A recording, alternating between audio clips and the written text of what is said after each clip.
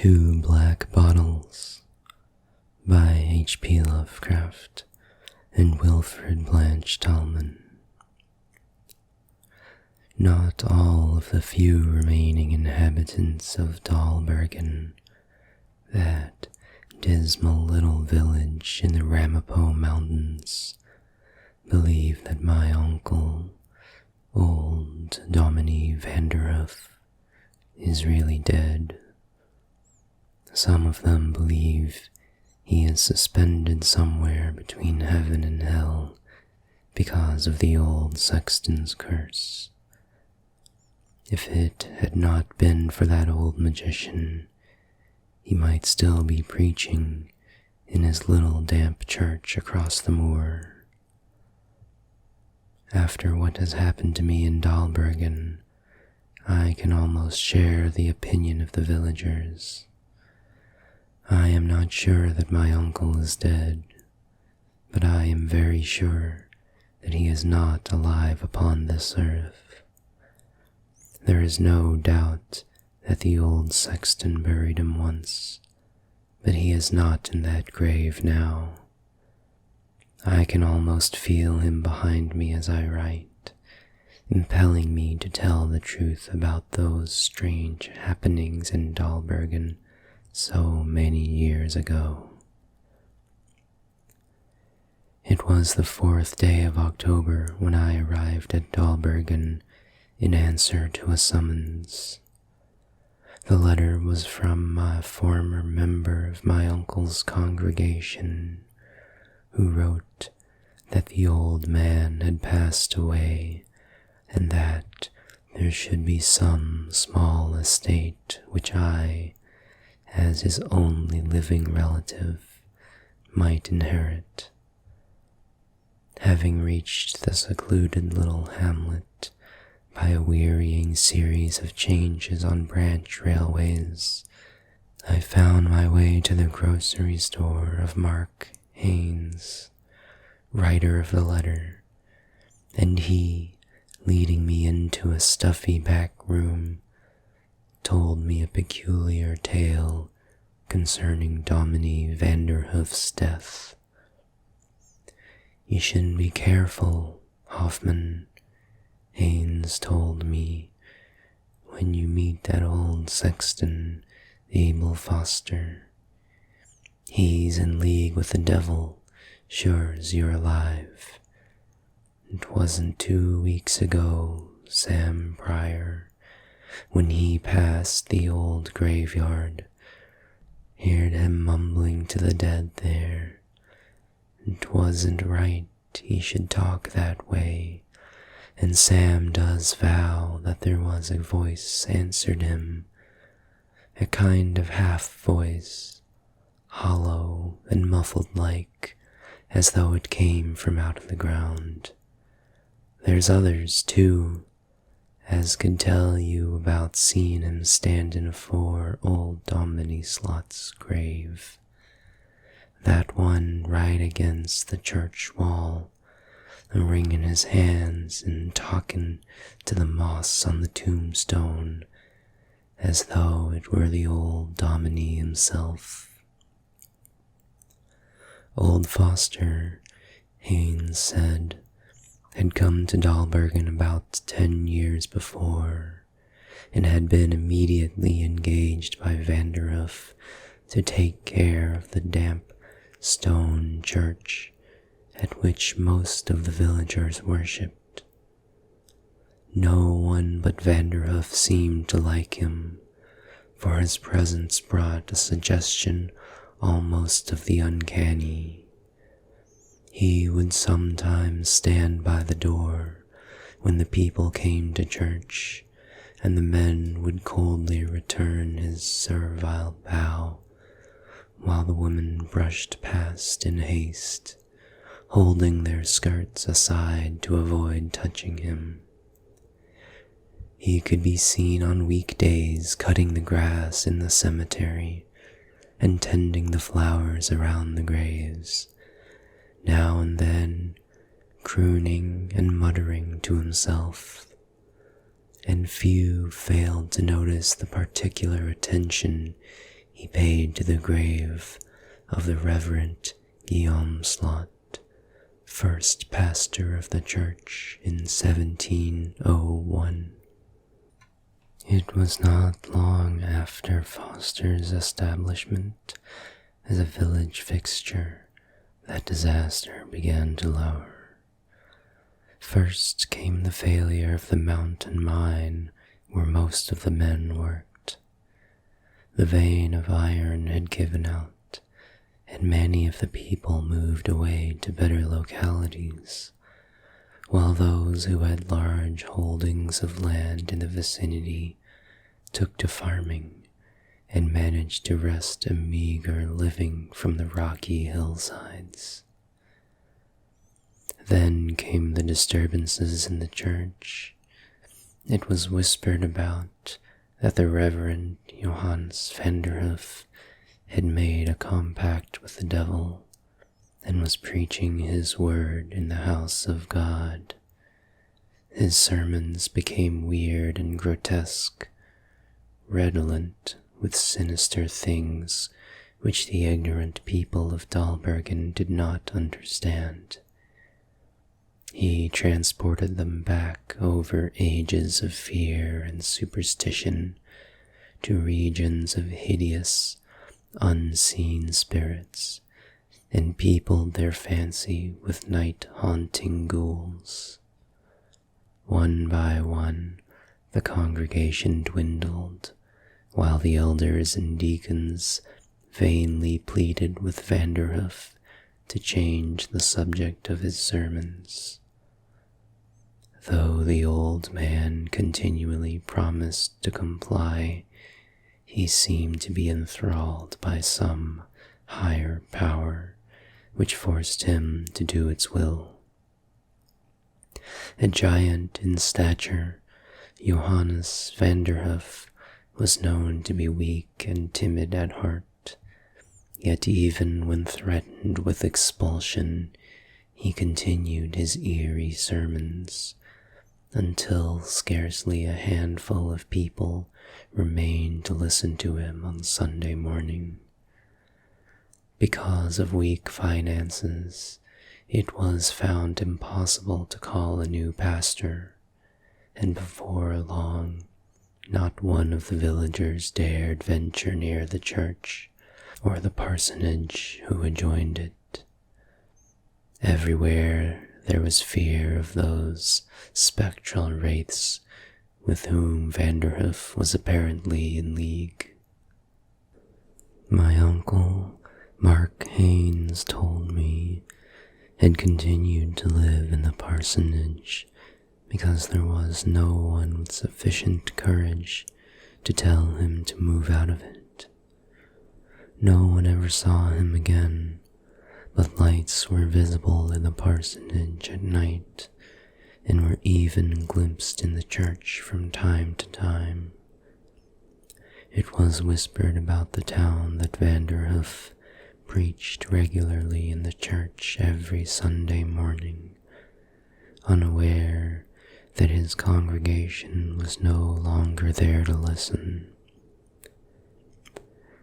He had only the old sexton, who lived in the basement of the church, to take care of him, and Foster made a weekly visit to what remained of the business section of the village to buy provisions. He no longer bowed servilely to everyone he met, but instead seemed to harbor a demoniac and ill-concealed hatred. He spoke to no one except as was necessary to make purchases, and glanced from left to right out of evil-filled eyes as he walked the street with his cane, tapping the uneven pavements. Bent and shriveled with extreme age, his presence could actually be felt by anyone near him. So powerful was that personality which, said the townspeople, had made Vanderhoof accept the devil as his master.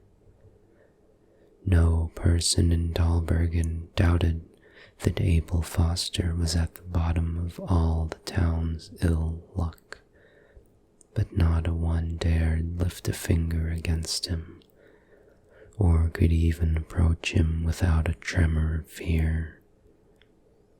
His name, as well as Vanderhoof's, was never mentioned aloud. Whenever the matter of the church across the moor was discussed, it was in whispers, and if the conversation chanced to be nocturnal, the whisperers would keep glancing over their shoulders to make sure that nothing shapeless or sinister crept out of the darkness to bear witness to their words. The churchyard continued to be kept just as green and beautiful as when the church was in use, and the flowers near the graves in the cemetery were tended just as carefully as in times gone by. The old sexton could occasionally be seen working there, as if still being paid for his services, and those who dared venture near said that he maintained a continual conversation with the devil and with those spirits which lurked within the graveyard walls. One morning, Haynes went on to say, Foster was seen digging a grave where the steeple of the church throws its shadow in the afternoon, before the sun goes down behind the mountain and puts the entire village in semi-twilight. Later, the church bell, silent for months, tolled solemnly for a half-hour, and at sundown, those who were watching from a distance saw Foster bring a coffin from the parsonage on a wheelbarrow, dump it into the grave with slender ceremony, and replace the earth in the hole. The sexton came to the village the next morning, ahead of his usual weekly schedule, and in much better spirits than was customary.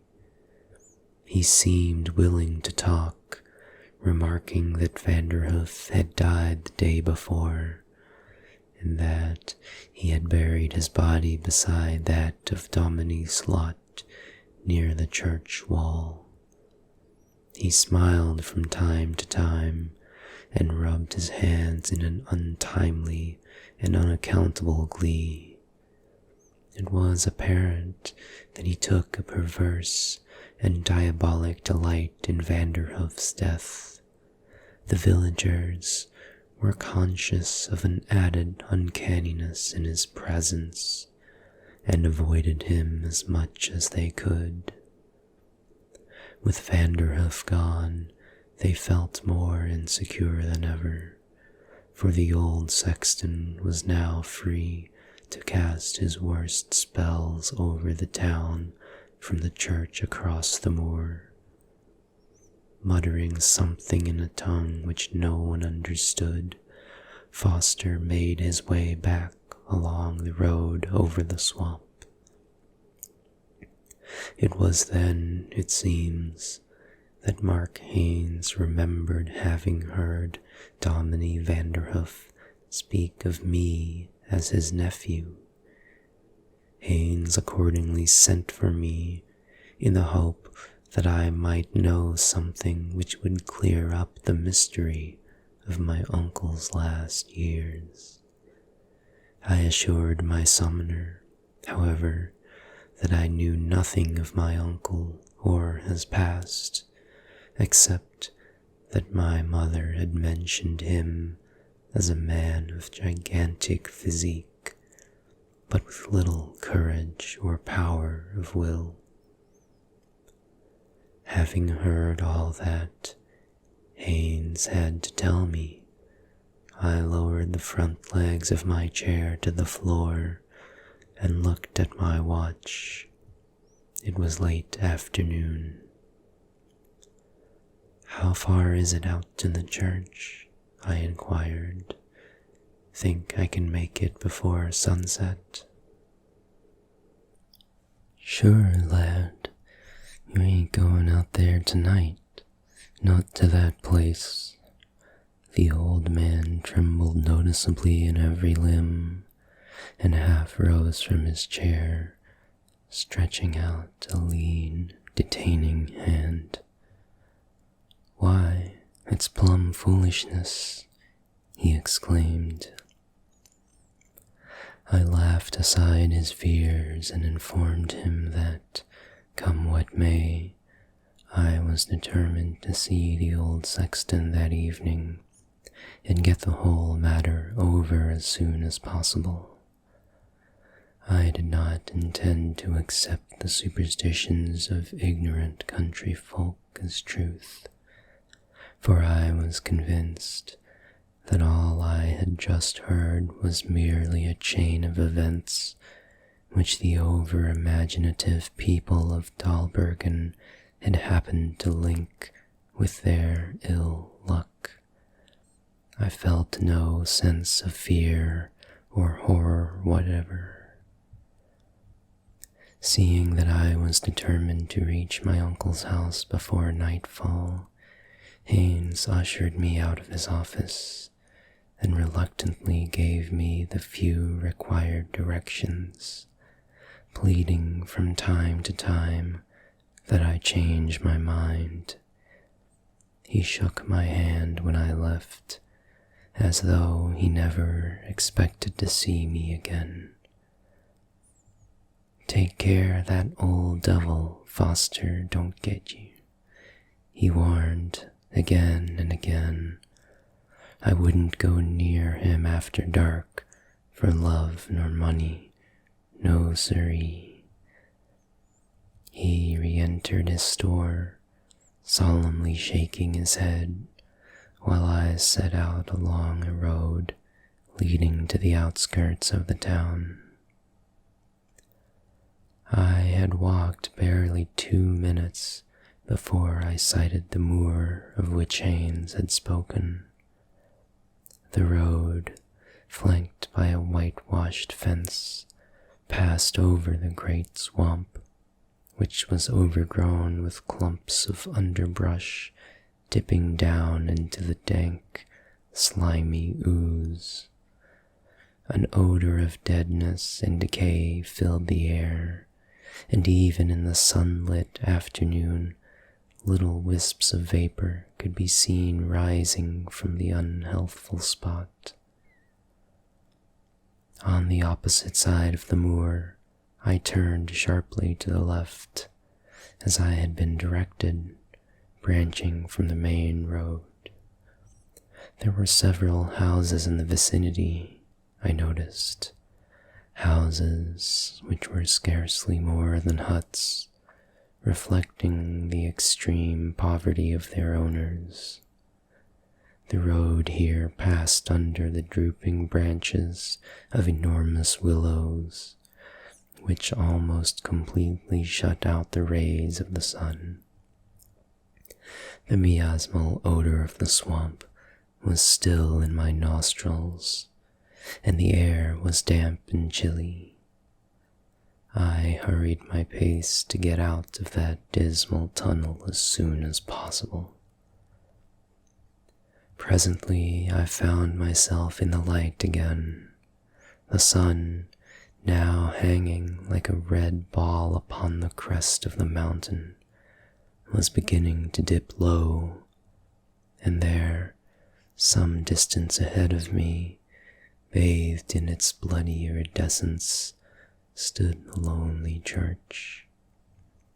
I began to sense that uncanniness which Haynes had mentioned, that feeling of dread which made all Dahlbergen shun the place. The squat, stone hulk of the church itself, with its blunt steeple, seemed like an idol to which the tombstones that surrounded it bowed down and worshipped, each with an arched top like the shoulders of a kneeling person, while over the whole assemblage the dingy, grey parsonage hovered like a wraith. I had slowed my pace a trifle as I took in the scene. The sun was disappearing behind the mountain very rapidly now, and the damp air chilled me. Turning my coat collar up about the neck, I plodded on. Something caught my eye as I glanced up again. In the shadow of the church wall was something white, a thing which seemed to have no definite shape. Straining my eyes as I came nearer, I saw that it was a cross of new timber, surmounting a mound of freshly turned earth. The discovery sent a new chill through me. I realized that this must be my uncle's grave, but something told me that it was not like the other graves near it. It did not seem like a dead grave. In some intangible way, it appeared to be living, if a grave can be said to live. Very close to it, I saw as I came nearer, was another grave, an old mound with a crumbling stone about it. Dominie Slot's tomb, I thought, remembering Haynes's story. There was no sign of life anywhere about the place. In the semi-twilight, I climbed the low knoll upon which the parsonage stood, and hammered upon the door. There was no answer. I skirted the house and peered into the windows. The whole place seemed deserted. The lowering mountains had made nightfall with disarming suddenness the minute the sun was fully hidden. I realized that I could see scarcely more than a few feet ahead of me. Feeling my way carefully, I rounded a corner of the house and paused, wondering what to do next. Everything was quiet. There was not a breath of wind, nor were there even the usual noises made by animals in their nocturnal ramblings. All dread had been forgotten for a time, but in the presence of that sepulchral calm, my apprehensions returned. I imagined the air peopled with ghastly spirits that pressed around me, making the air almost unbreathable. I wondered, for the 100th time, where the old sexton might be. As I stood there, half expecting some sinister demon to creep from the shadows, I noticed 2 lighted windows glaring from the belfry of the church. I then remembered what Haynes had told me about Foster's living in the basement of the building. Advancing cautiously through the blackness, I found a side door of the church ajar. The inside had a musty and mildewed odor. Everything I touched was covered with a cold, clammy moisture. I struck a match and began to explore, to discover, if I could, how to get into the belfry. Suddenly, I stopped in my tracks. A snatch of song, loud and obscene, sung in a voice that was guttural and thick with drink, came from above me. The match burned my fingers and I dropped it. 2 pinpoints of light pierced the darkness of the further wall of the church, and below them, to one side, I could see a door outlined where light filtered through its cracks. The song stopped as abruptly as it had commenced, and there was absolute silence again. My heart was thumping and blood racing through my temples. Had I not been petrified with fear, I should have fled immediately. Not caring to light another match, I felt my way among the pews until I stood in front of the door. So deep was the feeling of depression which had come over me that I felt as though I were acting in a dream. My actions were almost involuntary. The door was locked, as I found when I turned the knob.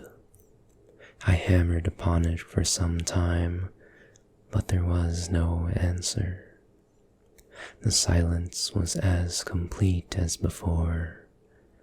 Feeling around the edge of the door, I found the hinges, removed the pins from them, and allowed the door to fall toward me. Dim light flooded down a steep flight of steps. There was a sickening odor of whiskey. I could now hear someone stirring in the belfry room above. Venturing a low hello, I thought I heard a groan in reply, then cautiously climbed the stairs. My first glance into that unhallowed place was indeed startling.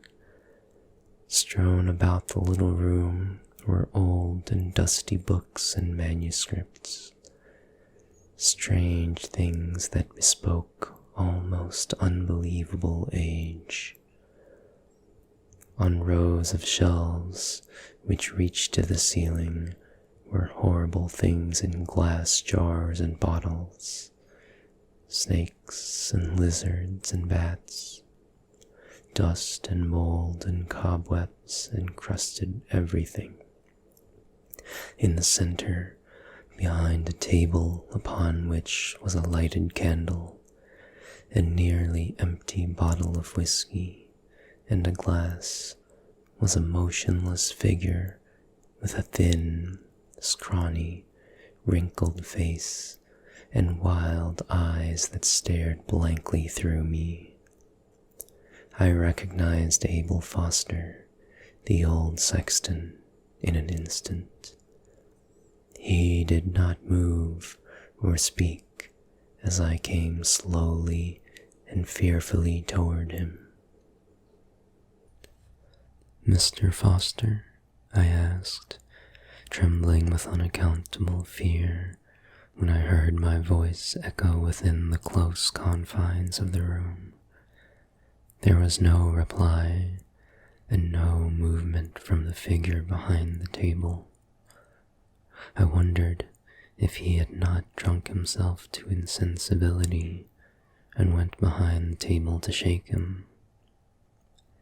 At the mere touch of my arm upon his shoulder, the strange old man started from his chair as though terrified. His eyes, still having in them that same blank stare, were fixed upon me. Swinging his arms like flails, he backed away. "Don't," he screamed. "Don't touch me. Go back. Go back." I saw that he was both drunk and struck with some kind of nameless terror. Using a soothing tone, I told him who I was and why I had come. He seemed to understand vaguely and sank back into his chair, sitting limp and motionless. "I thought you was him," he mumbled, I thought you was him come back for it. He's been trying to get out since I put him in there.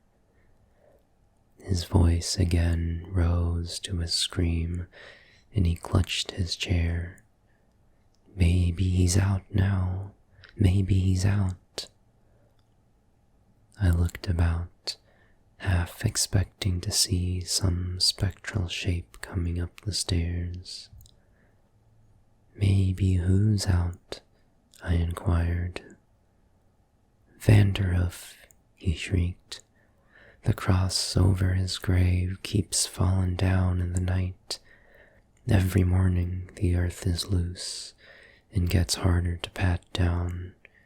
He'll come out and I won't be able to do nothing. Forcing him back into the chair, I seated myself on a box near him. He was trembling in mortal terror, with the saliva dripping down from the corners of his mouth. From time to time, I felt that sense of horror which Haynes had described when he told me of the old sexton. Truly, there was something uncanny about the man. His head now sunk forward upon his breast, and he seemed calmer, mumbling to himself. I quietly arose and opened a window to let out the fumes of whiskey and the musty odor of dead things. Light from a dim moon, just risen, made objects below barely visible. I could just see Dominie Vanderhoof's grave from my position in the belfry, and blinked my eyes as I gazed at it. That cross was tilted. I remembered that it had been vertical an hour ago. Fear took possession of me again. I turned quickly. Foster sat in his chair watching me. His glance was saner than before. "So, you're Vanderhoof's nephew," he mumbled in a nasal tone. "Well, you might well know it all. He'll be back after me before long, he will, just as soon as he can get out of that there grave. You might as well know all about it now." His terror appeared to have left him. He seemed resigned to some horrible fate which he expected any minute. His head dropped down upon his chest again, and he went on muttering in that nasal monotone. "You see all them there books and papers? Well, they was once Dominie Slot's. Dominie Slot, who was here years ago. All them things has got to do with magic, black magic, that the old Dominie knew before he came to this country.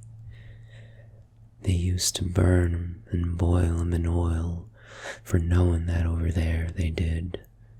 But old Slot knew, and he didn't go or tell anybody.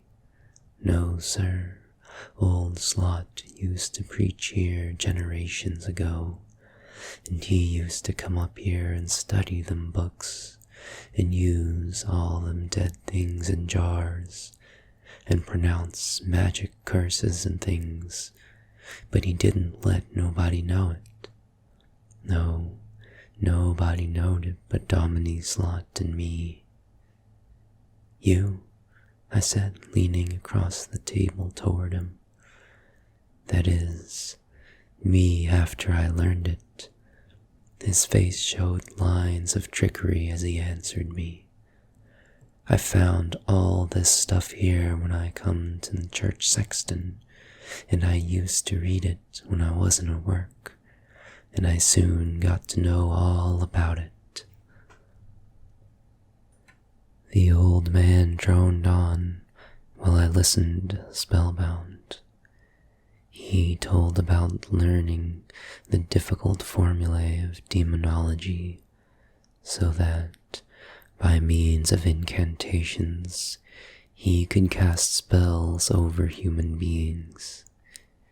He had performed horrible occult rites of his hellish creed, calling down anathema upon the town and its inhabitants. Crazed by his desires, he tried to bring the church under his spell, but the power of God was too strong. Finding Johannes Vanderhoof very weak-willed, he bewitched them so that he preached strange and mystic sermons which struck fear into the simple hearts of the country folk. From his position in the belfry room, he said, behind a painting of the Temptation of Christ which adorned the rear wall of the church, he would glare at Vanderhoof while he was preaching, through holes which were the eyes of the devil in the picture. Terrified by the uncanny things which were happening in their midst, the congregation left one by one, and Foster was able to do what he pleased with the church and with Vanderhoof. "But what do you want with him?" I asked in a hollow voice as the old sexton paused in his confession. He burst into a cackle of laughter, throwing back his head in drunken glee. "I took his soul," he howled in a tone that set me trembling. "I took his soul and put it in a bottle, in a little black bottle, and I buried him. But he ain't got his soul, and he can't go neither to heaven nor hell. But he's comin' back after it. He's trying to get out of his grave now. I can hear him pushing his way up through the ground. He's that strong." As the old man had proceeded with his story, I had become more and more convinced that he must be telling me the truth, and not merely gibbering in drunkenness. Every detail fitted what Haynes had told me. Fear was growing upon me by degrees. With the old wizard now shouting with demoniac laughter, I was tempted to bolt down the narrow stairway and leave that accursed neighborhood. To calm myself, I rose and again looked out of the window. My eyes nearly started from their sockets when I saw that the cross above Vanderhoof's grave had fallen perceptibly since I had last looked at it. It was now tilted to an angle of 45 degrees. "Can't we dig up Vanderhoof and restore his soul?" I asked almost breathlessly, feeling that something must be done in a hurry. The old man rose from his chair in terror. "No, no, no," he screamed. "He'd kill me. I've forgotten the formula, and if he gets out, he'll be alive without a soul. He'd kill us both." "Where is the bottle that contains his soul?" I asked, advancing threateningly toward him. I felt that some ghastly thing was about to happen, which I must do all in my power to prevent. "I won't tell you, you young whelp," he snarled. I felt, rather than saw, a queer light in his eyes as he backed into a corner. "And don't you touch me either, or you'll wish you hadn't." I moved a step forward, noticing that on a low stool behind him there were 2 black bottles. Foster muttered some peculiar words in a low, sing-song voice. Everything began to turn gray before my eyes, and something within me seemed to be dragged upward, trying to get out of my throat. I felt my knees becoming weak. I caught the old sexton by the throat, and with my free arm reached for the bottles on the stool. But the old man fell backward, striking the stool with his foot, and one bottle fell to the floor as I snatched the other. There was a flash of blue flame, and a sulphurous smell filled the room. From the little heap of broken glass, a white vapor rose and followed the draught out the window.